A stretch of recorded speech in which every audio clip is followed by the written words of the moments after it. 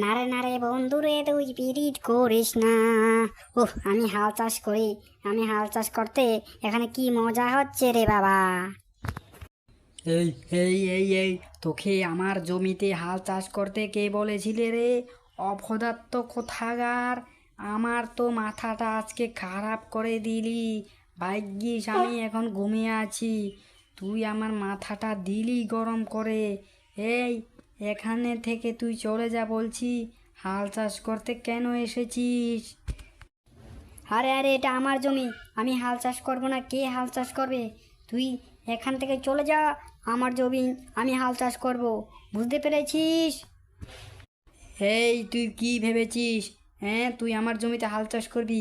এক্ষণও তুই আমার জমি থেকে চলে যা বলছি, না হলে তোর ঠ্যাঙের গিরোগুলো ভেঙে দেবো, বুঝতে পেরেছিস? অপদার্থ কোথাকার! তাড়াতাড়ি এখান থেকে তুই চলে যা আমার জমি থেকে। বদমাইশ, আমার জমিতে এসে হাল চাষ করছে। ভাগ্যিস আমি দেখে ফেলেছি, না হলে তো এই বদমাইশ আমার জমিটা পুরা দখল করে নিত।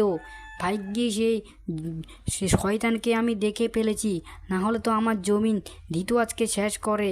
না, আমার জমিতে প্রতিদিন দিনের বেলায় আমি পাহারা দিতে হবে, কিন্তু আমি কতদিন পাহারা দিব?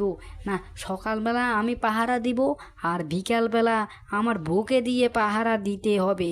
কিছুতেই এখান থেকে লড়া যাবে না। যদি লড়ি তাহলে তো আমার জমিকে দিবে এইগুলো শেষ করে। এই জন্য আমার বউকে বলবো বিকালবেলা পাহারা দিতে। বউ তো আসার সময় হয়ে গেছে। এবার আমার বউ আসলে আমি বাড়িতে গিয়ে একটু বিশ্রাম নিব। আমার জমি দখল করে নিতে বলি চলে এসেছে লোকজন। এটি কেমন ধরনের কথাবার্তা রে বাবা? হ্যাঁ, আমি এখন পাহারা দিব, আমার বউকে পাঠিয়ে দিব। ও, আমার স্বামী আমাকে কি কাজ দিয়েছে রে বাবা?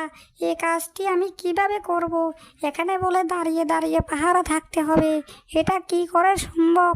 এটা কি কোনো মতেই সম্ভব? এখানে আমি পাহারা দিব আর পাহারা দিব? আমি তো, এটা কিছুতেই অসম্ভব মনে হচ্ছে এই কাজটা। যাক, কোনো কষ্টে মষ্টে আমাকে তো পাহারা দিতে হবে, না হলে তো হবে না। কি দুর্দশা